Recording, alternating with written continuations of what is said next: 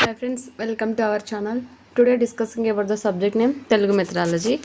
తెలుగు మెథడాలజీలో one of the most important topic అయినటువంటి భాషా సామర్థ్యాలు విద్యా ప్రమాణాలు అనే టాపిక్ సంబంధించి మనం ఈ వీడియోలో నేర్చుకోబోతున్నాం.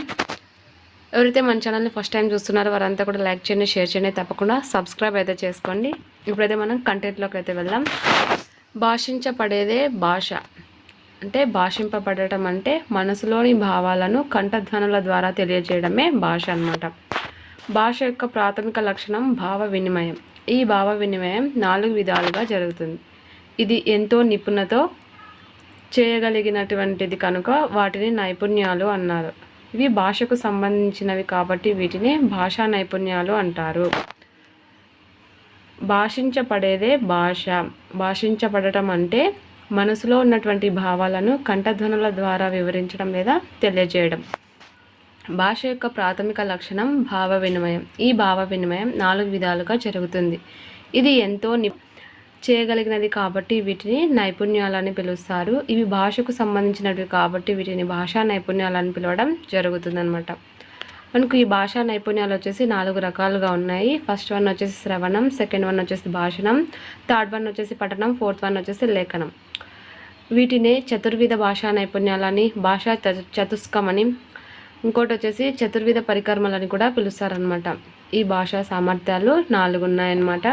వాటినే మరొక పేర్లు అయితే ఉన్నాయి కొన్ని. అవి చూసినట్టయితే చతుర్విధ భాషా నైపుణ్యాలని, భాషా చతుస్కమని, చతుర్విధ పరికర్మలని పిలుస్తారనమాట. వీటిని అంటే మన భాషా నైపుణ్యాలు. వీటిని ఆంగ్లంలో మనం LSRW స్కిల్స్ అని కూడా పిలుస్తాము. తెలుగులో ఈ భాషా సామర్థ్యాలకు సంబంధించి లెసన్ని తెలుగులో ఎంత పర్ఫెక్ట్గా నేర్చుకుంటామో ఇంగ్లీష్లో కూడా LSRW స్కిల్స్ అంతే ఈజీగా మనం నేర్చుకోవడానికి అవకాశం ఉంటుంది. కాబట్టి ఈ యొక్క చాప్టర్ని మీరు ఇంగ్లీష్ అండ్ తెలుగు రెండు కూడా కంపేర్ చేసుకుంటూ అయితే చదవండి. ఈజీగా ఉంటుంది. ఒక దెబ్బకు 2 పిట్టలు అన్నట్టు తెలుగులో నేర్చుకున్నటువంటి భాషా నైపుణ్యాలు ఇంగ్లీష్లో కూడా సేమ్ ఉంటాయి. కాబట్టి యాజ్ ఈజ్గా నేర్చుకోవడానికి ప్రయత్నం చేయండి. ఇది చదివిన వెంటనే ఇంగ్లీష్లో ఉన్నటువంటి భాషా నైపుణ్యాలు కూడా చదివితే ఈజీగా 2 సబ్జెక్టులలో ఉన్నటువంటి భాషా నైపుణ్యాలు మనకు అర్థమైపోతాయి అన్నమాట. ఈ విధంగా మనం భాషించబడేదాన్ని భాష అని, ఇది మనసులో ఉన్న భావాలను కంఠధ్వనుల ద్వారా తెలియజేయడం అని చెప్పొచ్చు అనమాట. భాషా నైపుణ్యాలు 4 అవి కూడా తెలుసుకున్నాం. ఇప్పుడు వచ్చేసి భాషా సామర్థ్యాల అభివృద్ధి, వాటి యొక్క ప్రయోజనాలు చూసినట్టయితే పిల్లలు అర్థవంతమైన అవగాహనతో చదవగలుగుతారు. ఈ భాషా సామర్థ్యాల వల్ల పిల్లలు అర్థవంతమైన అవగాహనతో చదవగలుగుతారు. సొంతంగా తమ అభిప్రాయాలను రాయగలుగుతారనమాట. చదవడం, రాయడం ఒక నిరంతర ప్రక్రియగా మారుతుంది. ఇతర విషయాల అభ్యసనానికి ఎంతగానో దోహదపడుతుంది. సృజనాత్మకతకు అవకాశం కల్పిస్తుంది. ఆత్మవిశ్వాసం పెరుగుతుందన్నమాట. భాషా సామర్థ్యాల అభివృద్ధి మూర్తిమత్వం, ఉద్వేగ వికాసాలకు దారితీస్తుంది. ఈ భాషా సామర్థ్యాల అభివృద్ధిలో ఉన్నటువంటి అంశాలు చూసినట్టయితే పిల్లలు అర్థవంతమైన అవగాహనతో చదువుతారు. అంతేకాకుండా సొంతంగా తమ అభిప్రాయాలను రాయగలుగుతారు. చదవడం, రాయడం ఒక నిరంతర ప్రక్రియగా మారుతుంది. ఇతర విషయాల అభ్యసనానికి ఎంతగానో దోహదపడుతుందన్నమాట. సృజనాత్మకతకు అవకాశం కల్పిస్తుంది. ఆత్మవిశ్వాసాన్ని పెంపొందేలా చేస్తుంది. భాషా సామర్థ్యాల అభివృద్ధిలో మూర్తిమత్వ, ఉద్వేగ అవకాశాలకు దారితీస్తుంది. ఈ భాషా సామర్థ్యాలు అభివృద్ధి చెందటం వల్ల మనలో విద్యార్థిలో మూర్తిమత్వ మరియు ఉద్వేగ వికాసాలకు దారితీస్తుంది అన్నమాట. భాషా సామర్థ్యాలు 4 ఫస్ట్ వన్ అయినటువంటి శ్రవణాన్ని గురించి అయితే మనం ఇప్పుడు తెలుసుకుందాం. శ్రవణం నిత్య వ్యవహారంలో చుట్టూ ఉన్న వ్యక్తుల మాటలను తన శ్రవణేంద్రియాల సహాయంతో విని అర్థం చేసుకోవడాన్ని శ్రవణంగా చెప్పవచ్చు అన్నమాట. నిత్య వ్యవహారంలో చుట్టూ ఉన్నటువంటి వ్యక్తుల మాటలను తన శ్రవణేంద్రియాల సహాయంతో విని అర్థం చేసుకోవడాన్నే శ్రవణం అని చెప్తామన్నమాట. పిల్లవానికి అప్రయత్నంగా అలవడే నైపుణ్యం, దోషరహితంగా భావయుక్తంగా మాట్లాడటానికి చక్కగా దోహదపడేదే శ్రవణం అన్నమాట. పిల్లవాడు అప్రయత్నంగా అలవడుతుంది ఈ నైపుణ్యం. ప్రత్యేకంగా అబ్బాయి వినడం అనేదాన్ని నేర్చుకోడు. ఇది ఒక అప్రయత్నంగా అలవడే నైపుణ్యం. ఈ నైపుణ్యం వల్ల ఎటువంటి దోషాలు లేకుండా అంటే దోషరహితంగా భావయుక్తంగా మాట్లాడడానికి దోహదపడుతుంది శ్రవణం. శ్రవణ శక్తి లోపాలు చూసినట్టయితే పుట్టుకతోనే చెవి నిర్మాణంలో లోపం ఉండటం వల్ల మనకు శ్రవణ శక్తిలో లోపం ఏర్పడుతుంది. వ్యాధుల వల్ల కూడా శ్రవణ లోపం ఏర్పడే అవకాశం అయితే ఉందన్నమాట. ఈ రెండు కూడా మనకు శ్రవణ శక్తికి ఉన్నటువంటి లోపాలు. నెక్స్ట్ వచ్చేసి శ్రవణ నైపుణ్యాన్ని పెంపొందించే పద్ధతులు. ఈ శ్రవణ నైపుణ్యాన్ని పెంపొందించే పద్ధతులు మనకు కొన్ని దశలుగా ఉన్నాయి. ఫస్ట్ దశ వచ్చేసి ప్రాథమిక దశ, సెకండ్ వన్ వచ్చేసి మాధ్యమిక దశ, థర్డ్ వన్ వచ్చేసి ఉన్నత దశ. ఈ ప్రాథమిక దశలో శిశు గేయాలు, అభినయ గేయాలు, హాస్య, వీర, కరుణ, అద్భుత రసాలకు చెందిన కథలు వినిపించాలి. చెవిలో మాట వంటి పదక్రీడల ద్వారా ఆనందాన్ని, వినే కౌశలాన్ని పెంపొందించాలి. అదే మాధ్యమిక దశలో శతక పద్యాలు, నీతి పద్యాలు, దేశభక్తి గీతాలు చెప్పించడం, రేడియో దూరదర్శన్లో వచ్చే పాఠాలు, ప్రముఖుల ప్రసంగాలు వినిపించడం మరియు అనుకరింపచేయడం మాధ్యమిక దశలో ఉంటాయి. నెక్స్ట్ ఉన్నత దశలో నవరసాలకు సంబంధించినటువంటి కళలు, పాటలు, పద్యాలు శ్రవణ ఆనందం కలిగించే రీతిలో వారికి వినిపించాలి. ఎప్పుడు అంటే ఉన్నత దశలో ఉన్నప్పుడు అనమాట. ఈ విధంగా శ్రవణ నైపుణ్యాన్ని పెంపొందించే పద్ధతులు 3 దశల్లో చెప్పుకున్నట్టయితే ఈ ప్రాథమిక దశలో వచ్చేసి కొన్ని అంశాలు, మాధ్యమిక దశలో మరిన్ని అంశాలు, ఉన్నత దశలో కొన్ని అంశాలు కూడా ఉన్నాయి. నెక్స్ట్ వచ్చేసి మనం ఈ శిశు గీతాలు అంటే ఏంటి, అభినయ గీతాలు అంటే ఏంటి, శ్రవణ నైపుణ్యాన్ని పెంపొందించే పద్ధతిలో వీటి యొక్క పాత్ర ఏంటి అనే అంశాల గురించి అయితే మనం తెలుసుకుంటాం అన్నమాట. ఇక్కడ వచ్చేసి శిశు గీతాలు, అభినయ గీతాలు అనే దాని గురించి మనం కంప్లీట్గా ఇన్ఫర్మేషన్ అయితే తెలుసుకుంటాం. అది చాలా ఇంపార్టెంట్ అనమాట. నెక్స్ట్ మాధ్యమిక దశలో ఉన్నటువంటి శతక పద్యాలు, నీతి పద్యాలు, దేశభక్తి గీతాలు మరియు రేడియో దూరదర్శన్లో వచ్చేటువంటి పాఠాలు, ప్రముఖుల ప్రసంగాలు వినిపించడం అనేవి కూడా మనకు మాధ్యమిక దశలో ఉన్నటువంటి అంశాలు. నెక్స్ట్ ఉన్నత దశలో వచ్చేసి నవరసాలకు సంబంధించిన కళలు, పాటలు, పద్యాలు ఇవన్నీ కూడా శ్రవణ ఆనందాన్ని కలిగించడంలో వినిపిస్తాయన్నమాట. మనం చెప్పుకున్నాం శ్రవణ శక్తి లోపాలు 2 రకాలని. పుట్టుకతోనే చెవి నిర్మాణంలో లోపం ఉండడం వల్ల శ్రవణ శక్తికి సంబంధించిన లోపం ఏర్పడుతుందని, ఇంకొక అంశం వచ్చేసి వ్యాధుల వల్ల కూడా శ్రవణ లోపం ఏర్పడుతుందని కూడా మనం నేర్చుకున్నాం. ఈ విధంగా శ్రవణ శక్తిలో లోపాలు కలగడానికి 2 కారణాలు అయితే ఉన్నాయి. ఒకటి చెవి నిర్మాణంలో లోపం ఏర్పడటం, వ్యాధులు రావడం వల్ల కూడా చెవి యొక్క శ్రవణ నైపుణ్యం అనేది తగ్గిపోతుంది అనమాట. నెక్స్ట్ వచ్చేసి శ్రవణానికి ఉన్నటువంటి ప్రాధాన్యత ఏంటో చూద్దాం. భాషా నైపుణ్యాల్లో మొదటిది శ్రవణం. అత్యంత సులభమైనది కూడా శ్రవణమే. స్వతసిద్ధంగా పిల్లవాడికి అలవడే భాషా నైపుణ్యం ఏంటి అంటే శ్రవణం. అంటే దానికి ఎటువంటి ప్రత్యేకంగా నేర్చుకోవాల్సిన అవసరం లేకుండా స్వతసిద్ధంగా ఏర్పడే నైపుణ్యం ఏదంటే మనకు శ్రవణ నైపుణ్యం. నవజాత శిశువు స్థాయి నుంచి ఇది అలవడుతుంది. ఈ శ్రవణం అనేది మనకి ఎప్పటి నుంచి అలవడుతుంది అంటే నవజాత శిశువు స్థాయి నుంచి మనకు అలవడుతుంది. భాషా నైపుణ్యాలకు పునాది ఏంటి అంటే శ్రవణం నుంచే ప్రారంభమైతే మనకు భాషా నైపుణ్యాలు. శ్రవణానికి పునాది అంటే మనకు వినడం అనేది మనకి ఎక్కడ మొదటగా అలవడుతుంది అంటే కుటుంబంలో అలవడుతుంది అనమాట. కుటుంబ పరిస్థితులను బట్టి పిల్లవానికి శ్రవణ నైపుణ్యం అలవడుతుంది. కుటుంబం యొక్క పరిస్థితులను బట్టి పిల్లవాడికి శ్రవణ నైపుణ్యం అనేది అలవడుతుంది. పుట్టిన వెంటనే పిల్లవాడు చేసే శబ్దం ఏడుపు. ఈ ఏడుపు అనేది చైతన్యానికి చిహ్నంగా మనం సూచిస్తాం. పుట్టిన వెంటనే పిల్లవాడు చేసే శబ్దం ఏంటంటే ఏడుపు అండి. ఏడుపు దేనికి చిహ్నము అంటే చైతన్యానికి చిహ్నం. ఇది మనకు సైకాలజీలో కూడా యూజ్ అవుతుంది, ఇక్కడ తెలుగు మెథడాలజీ కూడా యూజ్ అవుతుంది అనమాట. శ్రవణం అనేది ఒక అనుకరణ అయితే కాదు, ఇది ఒకరిని చూసి మనం వినటాన్ని నేర్చుకోమన్నమాట. ఇది మనకు వంశపారపర్యంగా అలవడుతుంది అనమాట. స్వతసిద్ధంగా అలవడుతుంది, వంశపారపర్యంగా అలవడుతుంది శ్రవణం. 3 నెలల ప్రాయంలో పిల్లవాడు ఉచ్చరించే శబ్దాలు వచ్చేసి ఆ అనే ఈ అంశాలు మాత్రమే 3 నెలల ప్రాయంలో పిల్లవాడు ఉచ్చరించే శబ్దాలు. అదే 11 నెలల ప్రాయంలో పిల్లవాడు ఉచ్చరించే అక్షరాలు వచ్చేసి 1 అని, తా అని, వా అని, ఐ అని, మా అని, తర్వాత ఈ అక్షరాలకే దీర్ఘాలను సూచించడం నేర్చుకుంటాడు. తర్వాత వీటికి ద్విత్వాలను సూచించడం నేర్చుకుంటాడు అనమాట. ఈ విధంగా శ్రవణం యొక్క ప్రాధాన్యత గురించి అయితే మనం తెలుసుకున్నాం. ఇది చాలా సులభమైనది శ్రవణం. అన్ని నైపుణ్యాలలో కల్లా ఇది మొదటిది. ఇది స్వతసిద్ధంగా అలవడుతుంది. నవజాత శిశువు స్థాయి నుంచి ఇది అలవడుతుంది. భాషా నైపుణ్యాలకు పునాది శ్రవణం. భాషా నైపుణ్యాల పునాది శ్రవణం అయినప్పుడు శ్రవణానికి పునాది కుటుంబం అన్నమాట. కుటుంబ పరిస్థితులను బట్టి పిల్లవాడి యొక్క శ్రవణ నైపుణ్యం అయితే అలవడుతుంది. పుట్టిన వెంటనే పిల్లవాడు చేసే శబ్దం ఏడుపు. ఈ ఏడుపు వచ్చేసి చైతన్యానికి చిహ్నం. శ్రవణం అనేది అనుకరణ కాదు, ఇది వంశపారపర్యంగా అలవడుతుంది. 3 నెలల పిల్లవాడు ఉచ్చరించే శబ్దాలు వచ్చేసి ఆ కొట్టడం. 11 నెలల ప్రాయంలో పిల్లవాడు ఉచ్చరించే అక్షరాలు వచ్చేసి 1 అని, తా అని, వా అని, ఐ అని, మా అని, తర్వాత ఈ అక్షరాలకి దీర్ఘాన్ని సూచిస్తాడు. తర్వాత వీటికి ద్విత్వాలను సూచించడం నేర్చుకుంటాడు అనమాట. ఆ తర్వాత వాటికి ఎడమ వైపున మరొక అని నేర్చుకుంటాడు. ఇంకో అంశం వచ్చేసి అక్క, అత్త, అమ్మ మొదలైన పదాలనైతే నేర్చుకోవడం జరుగుతుంది. తర్వాత ఊ కొట్టడం నుంచి పిల్లవాడి యొక్క భాష ప్రారంభమవుతుంది. పిల్లవాడి యొక్క భాష ఎప్పుడు ప్రారంభమవుతుంది అంటే ఊ కొట్టడం ద్వారా పిల్లవాడి యొక్క భాష ప్రారంభమవుతుంది అనమాట. శ్రవణ నైపుణ్యాన్ని పెంపొందించే జ్ఞానేంద్రియం మధ్య చెవి. అందరూ బాహ్య చెవి అనుకుంటారు. శ్రవణం యొక్క నైపుణ్యాన్ని పెంపొందించే జ్ఞానేంద్రియం మధ్య చెవి. ఉత్తమ భాషావేత్త కావాలంటే ఉత్తమ శ్రవణ నైపుణ్యం కలిగి ఉండాలి. ఫస్ట్ మనం మాట్లాడాలంటే ఫస్ట్ మనం వినడం నేర్చుకోవాలి. విన్న అంశాలనే కదా తిరిగి మాట్లాడగలం. సో ఉత్తమ భాషావేత్త కావాలంటే ఉత్తమ శ్రవణ నైపుణ్యాన్ని కలిగి ఉండాలి. భావ అవగాహనలో శ్రవణ స్థానం 1. భాషను అవగాహన చేసుకోవాలంటే ఫస్ట్ వింటాం కాబట్టి అప్పుడు శ్రవణం యొక్క స్థానం 1 అవుతుంది. భాషా బోధన సోపాన క్రమంలో శ్రవణ స్థానం 2. అంటే ఇక్కడ భాషను బోధించే టైంలో అంటే మనం ఒకరు భాషను చెప్తుంటే మరొకరు వింటారు, అంటే వింటున్నారంటే శ్రవణం 2వ స్థానంలో ఉంటుంది. ఇది వచ్చేసి చాలామంది తప్పు పెడతారు.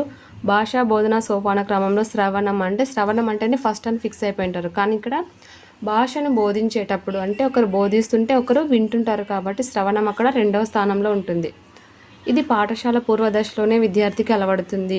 శ్రవణం మనకు పాఠశాల యొక్క పూర్వదశలోనే విద్యార్థికి అలవడుతుంది. ఇది వైయక్తిక మరియు సంభాషణ అంటే ఇది వచ్చేసి వైయక్తికంగాను ఉంటుంది, సామూహికంగాను ఉంటుంది, 2 కూడా ఉంటుంది మనకు శ్రవణం.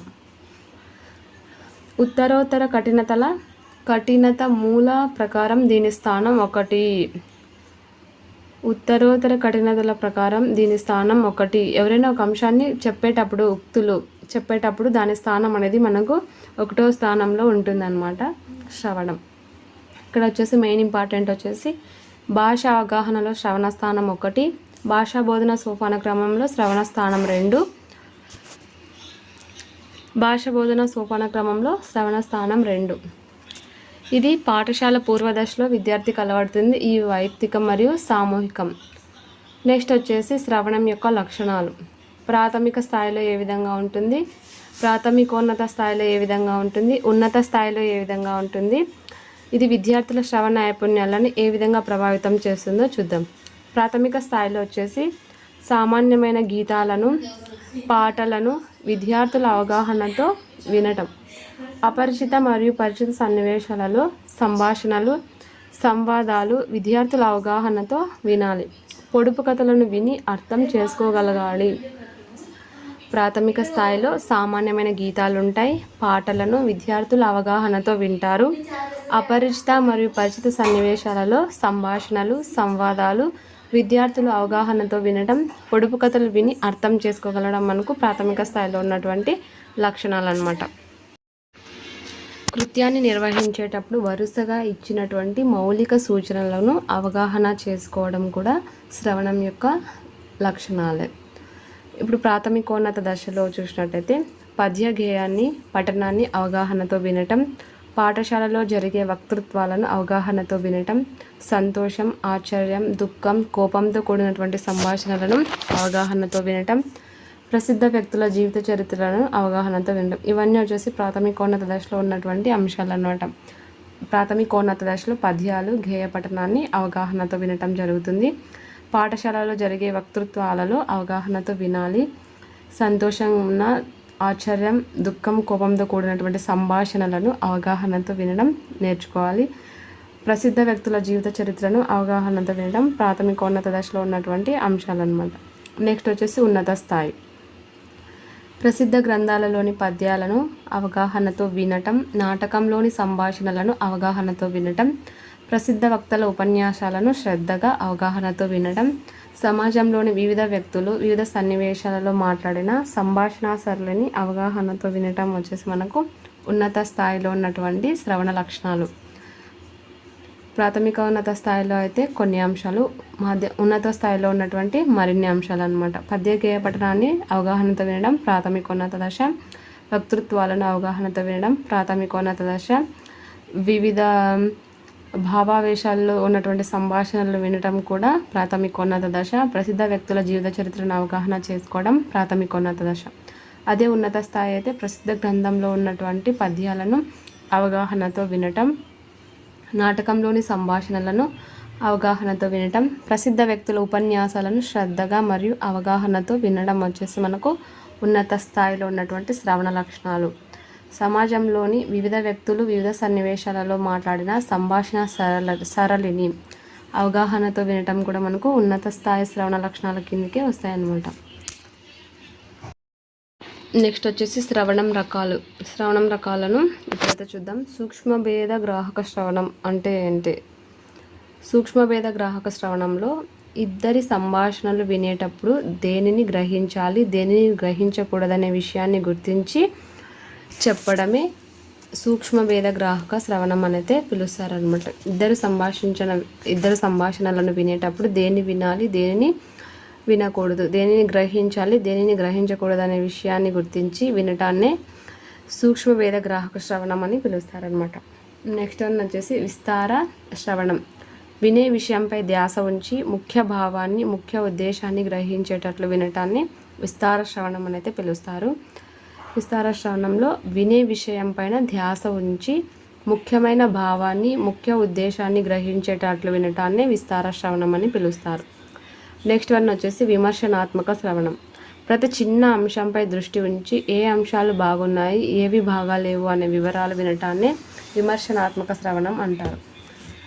ఈ విమర్శనాత్మక శ్రవణం అంటే ప్రతి చిన్న అంశం పైన దృష్టిని ఉంచి ఏ అంశాలు బాగున్నాయి, ఏవి బాగాలేవు అనే వివరాత్మకంగా వినటాన్నే విమర్శనాత్మక శ్రవణం అంటారు. నెక్స్ట్ వన్ వచ్చేసి ప్రశంసా శ్రవణం. ఒక పాఠ్యాంశంలో పద్యాన్ని కానీ పాటలు కానీ విన్నప్పుడు అందులో లయ, రాగం, భావం, తాళంతో ప్రశంసించగలగటాన్నే ప్రశంసా శ్రవణం అంటారు. అంటే ఒక పాఠ్యంలో కానీ ఒక పద్యంలో కానీ ఏదైనా ఒక పాటను కానీ వింటున్నప్పుడు అందులో ఉన్నటువంటి లయాన్ని, రాగాన్ని, భావాన్ని, తాళం వంటి అంశాలన్నింటినీ ప్రశంసించగలగటాన్నే ప్రశంసా శ్రవణం అయితే పిలుస్తారు. సూక్ష్మభేద గ్రాహక శ్రవణం అంటే ఇద్దరు సంభాషించుకునేటప్పుడు దేన్ని గ్రహించాలి, దేన్ని గ్రహించకూడదు అనే అంశాన్ని తెలియజేయడం. విస్తార శ్రవణం అంటే వినే అంశంపై ధ్యాస ఉంచి వినటం. విమర్శనాత్మక శ్రవణం అంటే ప్రతి చిన్న అంశంపై దృష్టి ఉంచి ఏ అంశాలు బాగున్నాయి, ఏవి బాగాలేవు అనే వివరణల గురించి వినడాన్ని విమర్శనాత్మక శ్రవణం అనేది పిలుస్తారు. అదే ప్రశంసా శ్రవణం చూసినట్టయితే ఒక పాఠ్యాంశంలోని పద్యాన్ని కానీ పాటను కానీ వింటున్నప్పుడు అందులో ఉన్నటువంటి రాగం, తాళం, లయ, శృతి వంటి అంశాలను ప్రశంసించగలిగితే దాన్ని ప్రశంసా శ్రవణం అనేది పిలుస్తారు. నెక్స్ట్ వన్ వచ్చేసి చికిత్సా శ్రవణం. అదే చికిత్సాత్మక శ్రవణం అనేది పిలుస్తారు. ఇది ఆరోగ్యం కోసం, ఆనందం కోసం చేసే శ్రవణాన్నే చికిత్సా శ్రవణం అనేది పిలుస్తారు. దీనిని సాధారణ శ్రవణం అని కూడా పిలుస్తారనమాట. ఏదో ఒక పని చేసుకుంటూ పాటలు వినడాన్నే చికిత్సా శ్రవణం అని అంటారు. ఏదో ఒక పని చేసుకుంటూ పాటలు వినడాన్నే చికిత్సా శ్రవణం అంటారు. ఇది ఆరోగ్యం కోసం, ఆనందం కోసం చేసే శ్రవణం అని అంటారు. దీనికి మరొక పేరు సాధారణ శ్రవణం అని కూడా పిలిచవచ్చు. ఉత్తమ శ్రవణ లక్షణాలను చూసినట్టయితే పదాలు, వాక్యాలు జాగ్రత్తగా విని పోల్చుకోవడం అనేది ఉత్తమ శ్రవణ లక్షణాల్లో ఒకటి. ధ్వని ఉత్పత్తి అవుతున్న విధానాన్ని గమనించి స్వర, ఊనిక, హ్రస్వ దీర్ఘాలను బట్టి భావాన్ని గ్రహించడం, ఏకాగ్రతతో వినటం వంటివి ఉత్తమ శ్రవణానికి ఉన్నటువంటి లక్షణాలు. ఒక ధ్వని మరాల ధ్వనితో కలిసినప్పుడు వ్యత్యాసాన్ని గుర్తించడం. ఒక ధ్వని మరొక ధ్వనితో కలిసినప్పుడు వ్యత్యాసం ఏమైనా ఉంటే దాన్ని గుర్తించాలి. ఇది కూడా ఒక ఉత్తమ శ్రవణానికి ఉన్నటువంటి లక్షణం. రణగణ ధ్వనుల మధ్య అవసరమైన ధ్వనినే గుర్తించడాన్నే ఉత్తమ శ్రవణ లక్షణాలుగా చెప్పుకుంటారనమాట. ఉత్తమ శ్రవణ లక్షణాల కింద వచ్చేసి పదాలు, వాక్యాలను జాగ్రత్తగా విని పోల్చుకోవడం, ధ్వని ఉత్పత్తి అవుతున్న విధానాన్ని గమనించి అక్కడ ఉన్నటువంటి స్వర, ఊనిక, హ్రస్వ దీర్ఘాలను బట్టి భావాన్ని గ్రహించడం, ఏకాగ్రతతో వినటం ఉత్తమ శ్రవణ లక్షణాల కింద ఉన్నటువంటి అంశాలు. ఒక ధ్వని మరొక ధ్వనితో కలిసినప్పుడు వ్యత్యాసాన్ని గుర్తించాలి. రణగణ ధ్వనుల మధ్య అవసరమైన ధ్వనినే గుర్తించగలగడం కూడా ఉత్తమ శ్రవణానికి ఉన్నటువంటి లక్షణమే. నెక్స్ట్ వచ్చేసి అర్థవంతమైన, అర్థరహితమైన ధ్వనుల మధ్య వ్యత్యాసాన్ని గుర్తించడం కూడా ఉత్తమమైన శ్రవణ లక్షణం.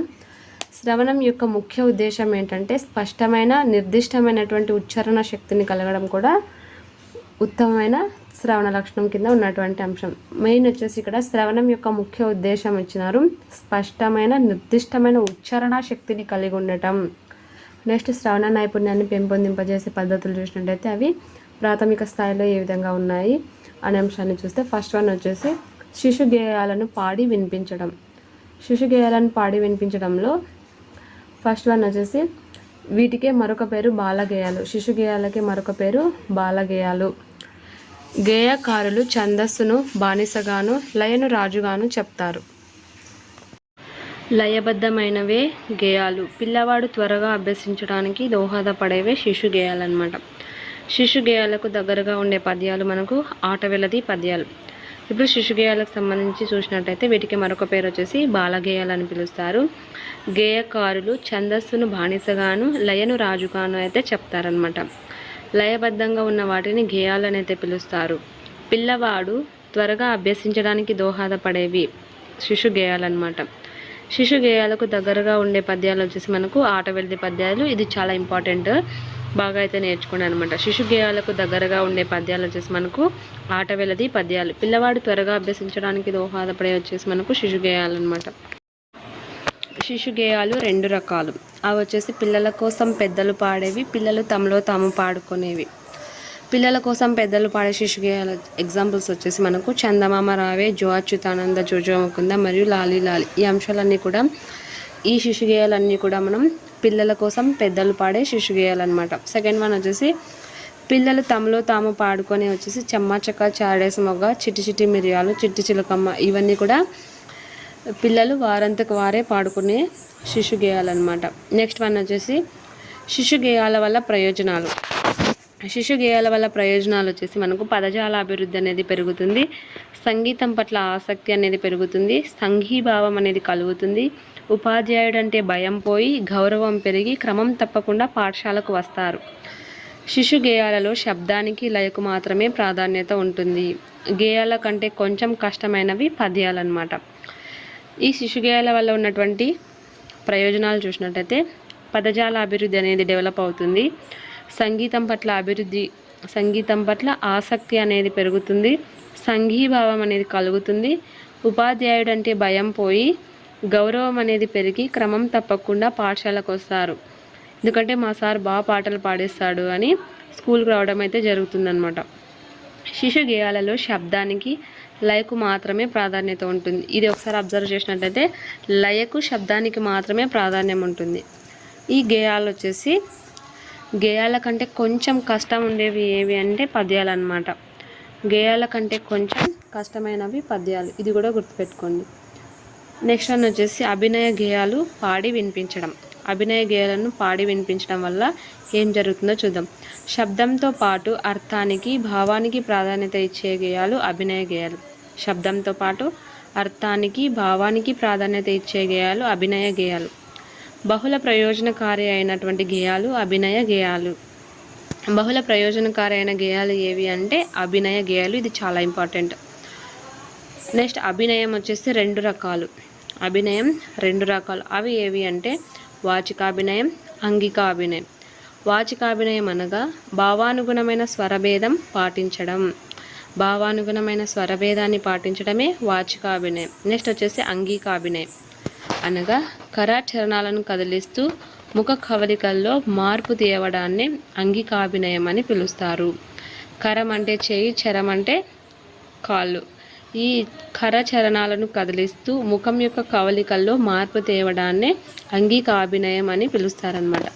చిక్ చిక్ రైలు వస్తుంది, ఇంకా వచ్చేసి టక్క టక్కమని సల్లు ఎక్కలుగా, బుజ్జిమేక బుజ్జిమేక, ఇవన్నీ కూడా మనకు అంగికాభినయం క్రిందికి వస్తాయన్నమాట. నెక్స్ట్ వన్ వచ్చేసి అభినయ గేయాల వల్ల ఉన్నటువంటి ప్రయోజనాలు. అభినయ గేయాల యొక్క ప్రయోజనాలు చూసినట్లయితే ఒకే గేయంలో వివిధ అంశాలను చెప్పవచ్చు. ఈ అభినయ గేయాల వల్ల ఒకే గేయంలో వివిధ అంశాలను చెప్పవచ్చు. ఇక్కడ ఉంది కదా మనకు బహుళ ప్రయోజనకారైన గేయాలు అభినయ గేయాలు. సో ఈ అభినయ గేయంలో ఒకే గేయంలో వివిధ అంశాలను చెప్పచ్చు అన్నమాట. అభినయించే నైపుణ్యం అభివృద్ధి చెందుతుంది. అభినయ గేయాల వల్ల అభినయించే నైపుణ్యం అభివృద్ధి చెందుతుందన్నమాట. నెక్స్ట్ వన్ వచ్చేసి కథలు చెప్పడం. కథల్లో భాగంగా ఎలాంటి కథలు చెప్తారంటే అల్లావుద్దీన్ అద్భుత దీపాలు, కాశీ మజిలీ కథలు, ఆలీబాబా 40 దొంగలు మొదలైనటువంటి కథలు చెప్తారనమాట. అభినయ గేయాలు పాడి వినిపించడంలో భాగంగా శబ్దంతో పాటు అర్థానికి భావానికి ప్రాధాన్యత ఇచ్చే గేయాలు వచ్చేసి మనకు అభినయ గేయాలు. బహుళ ప్రయోజనకారి అయిన గేయాలు ఏవి అంటే మనకు అభినయ గేయాలు. అభినయం మనకు 2 రకాలుగా ఉంటుంది. అవి వచ్చేసి వాచికాభినయం, అంగికాభినయం. అనగా భావానుగుణమైన స్వరభేదాన్ని పాటించి చెప్తే అది వాచికాభినయం. అంగికాభినయం అంటే కరచరణాలను ఉపయోగిస్తూ ముఖం యొక్క కవలికల్లో మార్పు తెస్తే అది అంగికాభినయం. అభినయ గేయాల యొక్క ప్రయోజనాలు అయితే చూస్తాము. నెక్స్ట్ వచ్చేసి కథలు చెప్పడం అంటే వివిధ కథలు అయితే వచ్చాయి. నెక్స్ట్ వచ్చేసి మనం పదయుగళాల గురించి అయితే నేర్చుకుందాం. పదయుగళాలు పదంలో ఒక అక్షరం మారటంతో దాని అర్థం మారితే దానిని పదయుగళం అని పిలుస్తారు. పదంలో ఒక అక్షరం మారటంతో దాని అర్థమే మారితే దానిని పదయుగళం అంటారు. ఇది సునిశ్చితమైన శ్రవణ నైపుణ్యాన్ని పెంపొందిస్తుంది. సునిశ్చితమైనటువంటి శ్రవణ నైపుణ్యాన్ని పెంపొందిస్తుంది. ఏంటి అంటే పదయుగళం. అసలు పదయుగళం అంటే మీనింగ్ తెలిస్తే కదా ఇది సునిశ్చితమైన శ్రవణ నైపుణ్యాన్ని పెంపొందిస్తుందా పెంపొందించదా అనే క్వశ్చన్కి మనం ఆన్సర్ చేయగలం. అంటే ఇక్కడ పదయుగళం అంటే ఒక పదంలో ఒక అక్షరాన్ని మార్చడం ద్వారా ఒక అక్షరాన్ని మార్చితే దాన్ని పదయుగళం అనేది పిలుస్తారనమాట. వాటికి ఎగ్జాంపుల్స్ చూసినట్టయితే కరం అంటే ఇక్కడ వచ్చేసి ఫస్ట్ కా ఉంది, ఇక్కడ వచ్చేసి సెకండ్ కా ఒత్తు కా ఉందనమాట. ఈ కరం అంటే చేయి, ఖరం అంటే గాడిద. కళ అంటే ప్రదర్శించే కళ, కళ అంటే రాత్రిపూట కనే కళ. భావి అంటే భవిష్యత్, భావి అంటే నూతి.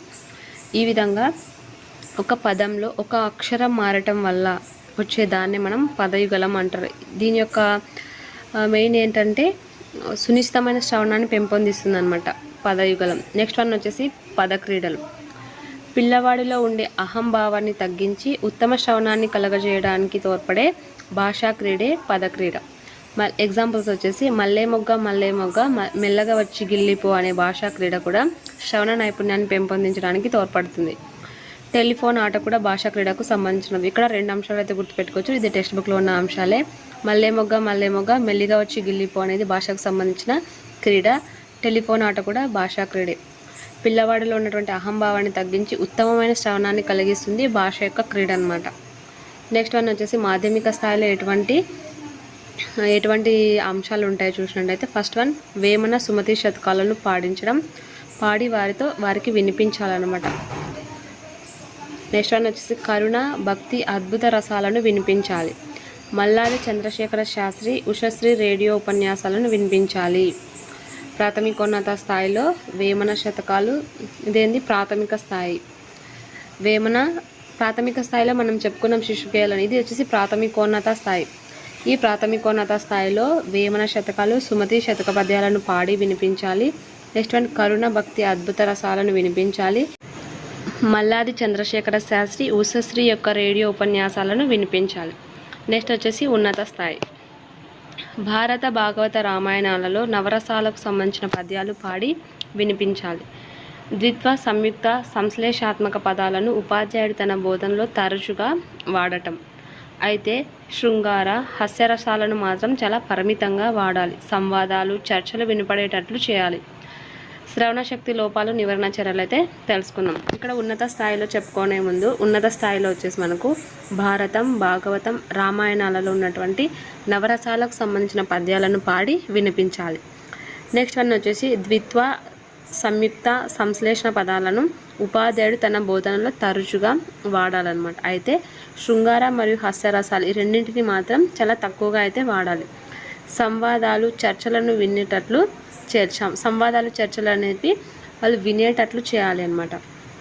నెక్స్ట్ వన్ వచ్చేసి శ్రవణ శక్తి లోపాలు నివారణ చర్యలు. విద్యార్థుల చేత బాహ్య పఠనం చేయించాలి. శ్రవణ శక్తి లోపాలు తెలుసుకోవాలంటే విద్యార్థుల చేత బాహ్య పఠనం అనేది చేయించడం. విద్యార్థి ఒక పక్కన చెవి పెట్టి వింటున్నప్పుడు అడిగితే ఏదైనా ప్రశ్న మళ్ళీ అడుగుతున్నప్పుడు చెవుడు అని నిర్ధారణ చేసుకోవాలి. వెంటనే వైద్యుని సంప్రదించమని తెలియజేయాలి. నెక్స్ట్ వన్ ఏకాగ్రత లేమి. మధ్యలో ప్రశ్నలు వేయాలి. ఏకాగ్రత లేమిగా ఉంటే మధ్యలో లేపి వాళ్ళని ప్రశ్నలు వేయాలి. నెక్స్ట్ వచ్చేసి అశ్రద్ధగా ఉన్నప్పుడు పిల్లలు ఎప్పుడైతే అశ్రద్ధగా ఉన్నారో వాళ్ళలో బోధనోపకరణాలు వాడాలి. విద్యార్థులను గమనిస్తూ బోధన చేయాలి. అప్పుడు వారిలో అశ్రద్ధ అనేది లేకుండా ఉంటుంది. ఈ బోధనోపకరణాలు వాడటం వల్ల వారు చాలా యాక్టివ్గా అయితే ఉంటారు, అశ్రద్ధను చూపించరు. నెక్స్ట్ వన్ వచ్చేసి పాఠశాల వాతావరణం సరిగా లేకపోవడం. పాఠశాలలో ఆహ్లాదకరమైన వాతావరణం ఉండేలా చూసుకోవాలి. నెక్స్ట్, గురువు మీద గౌరవం లేకపోతే కూడా విద్యార్థులు సరిగా వినరనమాట. విద్యార్థులందరినీ గమనిస్తూ బోధన అనేది చేయాలి. నెక్స్ట్, బోరును ఆకర్షణీయంగా లేకపోవడం. అంటే ఇప్పుడు వాళ్ళకి బోరు కొట్టినప్పుడు లేదా అక్కడ చెప్పే అంశం ఆకర్షణీయంగా లేనప్పుడు పిల్లలు సరిగ్గా అయితే వినరనమాట. నెక్స్ట్, బోధన ఆకర్షణీయంగా లేకపోవడం. తరగతి గదిలో బోధన ఆకర్షణీయంగా లేకపోతే వాళ్ళు ఆకర్షణీయంగా ఉండేలా చేయాలి ఉపాధ్యాయుడు. శ్రవణ లోప నివారణ చర్యలలో చెవుడు అనేది ఒక అంశం. విద్యార్థి ఒక పక్క చెవి పెట్టి వింటున్నప్పుడు ఒక అంశాన్ని మళ్ళీ మళ్ళీ అడుగుతున్నప్పుడు అతనికి చెవుడు ఉందని నిర్ధారణ చేసుకొని వైద్యుని సంప్రదించమని చెప్పాలి. ఏకాగ్రత లేమి ఉన్నప్పుడు మధ్య మధ్యలో ప్రశ్నలు అయితే వేయాలి. అశ్రద్ధగా ఉన్నప్పుడు బోధనా ఉపకరణాలు వాడి విద్యార్థులను గమనిస్తూ అయితే బోధన చేయాలి. నెక్స్ట్, వాతావరణం. పాఠశాల యొక్క వాతావరణం సరిగా లేకపోతే ఆ ప్లేస్ని ఆహ్లాదకర వాతావరణంగా ఉండేలా చూసుకోవాలి. గురువు మీద గౌరవం లేకపోతే విద్యార్థులను గమనిస్తూ అయితే బోధన చేయాలి. నెక్స్ట్, బోరును ఆకర్షణీయంగా లేకపోవడం. ఈ రెండు అంశాలను అయితే తొలగించాలన్నమాట. బోధన ఆకర్షణీయంగా లేకపోవడం అంటే ఆకర్షణీయంగా లేకపోవడం ఉన్న చోట తరగతి గదిలో బోధన ఆకర్షణీయంగా ఉండేలా చేయాలన్నమాట. మనం పిలిచినా వినిపించుకోకుంటే బిగ్గరగా మాట్లాడాలి. పాటలు పాడి వినిపించినా అల్లరి మానకపోతే పాటలు పాడి వినిపించినా కూడా వాళ్ళ అల్లరి మానకపోతే నృత్యం అయితే వారితో చేయించాలి.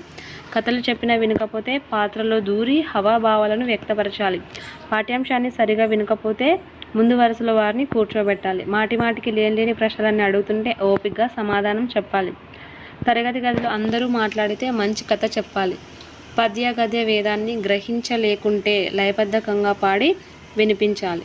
పాఠ్యాంశ బోధనా సమయంలో ఇతర విషయాలను ప్రస్తావిస్తుంటే వాటిని కూడా జోడించి బోధన చేయాలి.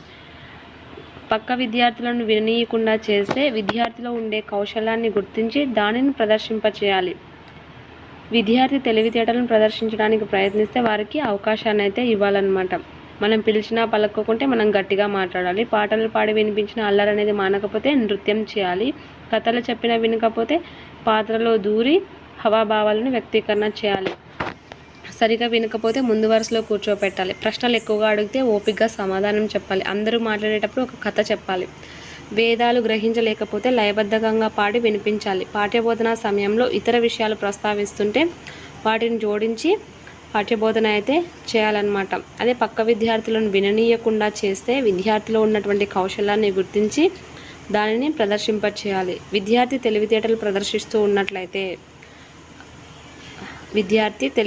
ప్రదర్శించడానికి ప్రయత్నం చేస్తే వారికి ఆ తెలివితేటలు ప్రదర్శించడానికి అవకాశం అయితే ఇవ్వాలన్నమాట. ఇది వచ్చేసి ఈ టాపిక్ సంబంధించిన అంశం. నెక్స్ట్ వచ్చేసి మనం భాషణం అనే టాపిక్తో అయితే కలుద్దాం. అందరూ కూడా లైక్ చేయండి, షేర్ చేయండి, తప్పకుండా సబ్స్క్రైబ్ అయితే చేయండి. నెక్స్ట్ వచ్చేసి భాషణం అనే టాపిక్ అయితే జరుగుతుంది.